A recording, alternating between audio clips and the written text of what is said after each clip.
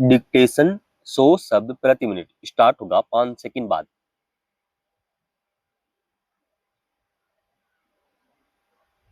Start. किसी भी तरह के हादसे के बाद यह मान लिया जाता है कि इसकी वजह किसी भी चूक या फिर कोई तकनीकी गड़बड़ी होगी और जांच का सिरा भी आमतौर पर इसी दिशा में आगे बढ़ता है।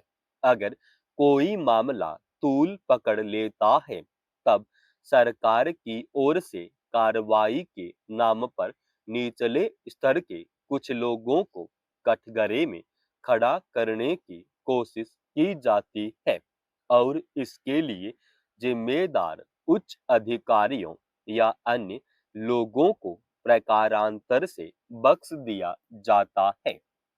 यह बेवजह नहीं है कि हादसे के मूल कारण बने रह जाते हैं और कुछ समय बाद फिर उसी तरह की घटना सामने आती है। हरियाणा के फरीदाबाद में सूरज कुंड मेले में जिस तरह एक विशाल झूले के टूट जाने से एक पुलिस निरीक्षक की जान चली गई और 12 अन्य लोग घायल हो गए, वह प्रशासनिक स्तर पर बरती गई घोर लापरवाही का एक और उदाहरण है। झूले पर गए लोगों ने यह सोचा भी नहीं होगा कि मनोरंजन के बजाय यह एक घातक हादसे का खतरनाक अनुभव उनकी जेहन में लंबे समय तक के लिए घर बना लेगा। हादसे के बाद झूला संचालक और एक अन्य कर्मचारी को गिरफ्तार किया गया, लेकिन क्या इस तरह नाम मात्र के लिए की गई कार्रवाई यह सुनिश्चित कर सकता है कि भविष्य में ऐसा हादसा नहीं होगा? ऐसा लगता है कि उदासीनता और लापरवाही सरकारी महकमों की कार्यशैली बन चुकी है।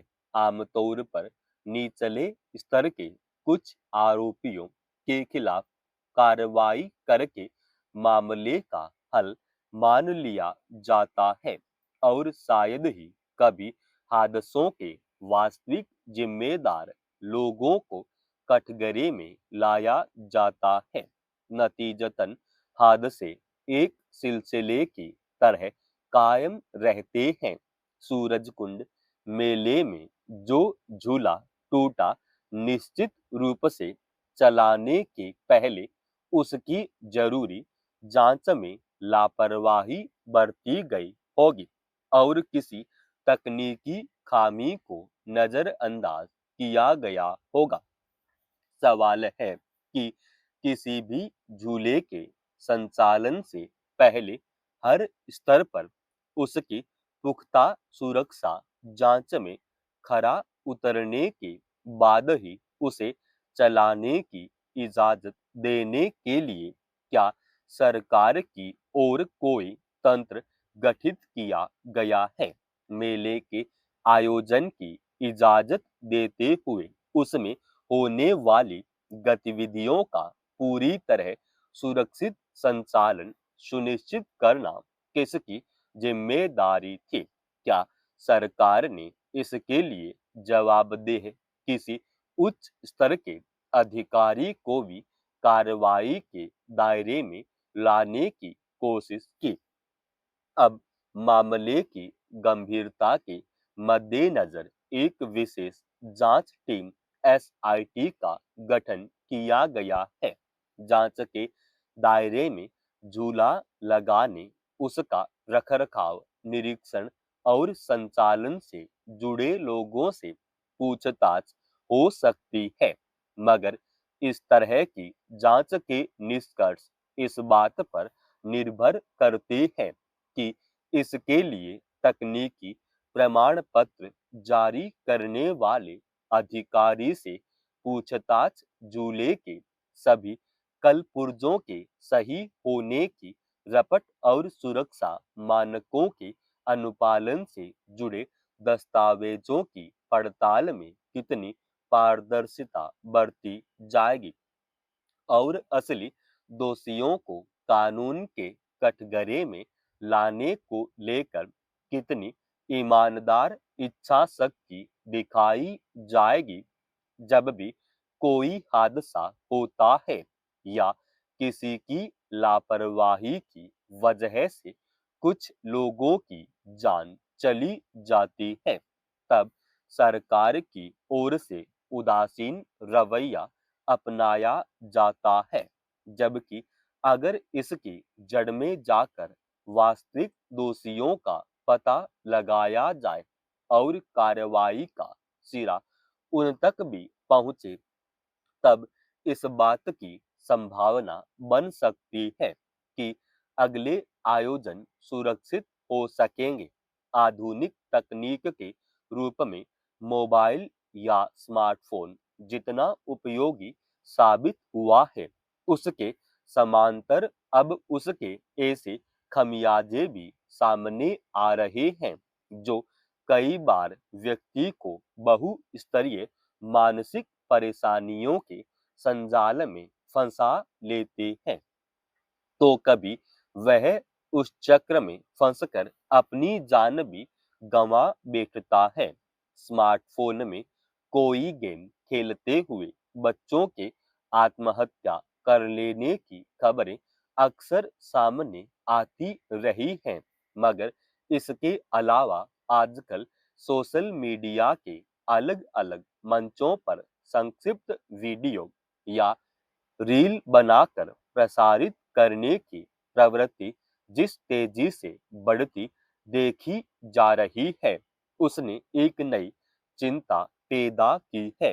हालत यह है कि सोशल मीडिया पर ज्यादा से ज्यादा लोगों तक अपनी बात या किसी मनोरंजन गतिविधि को पहुंचाने के लिए लोग अजीबोगरीब तरीके भी अपनाने लगे हैं।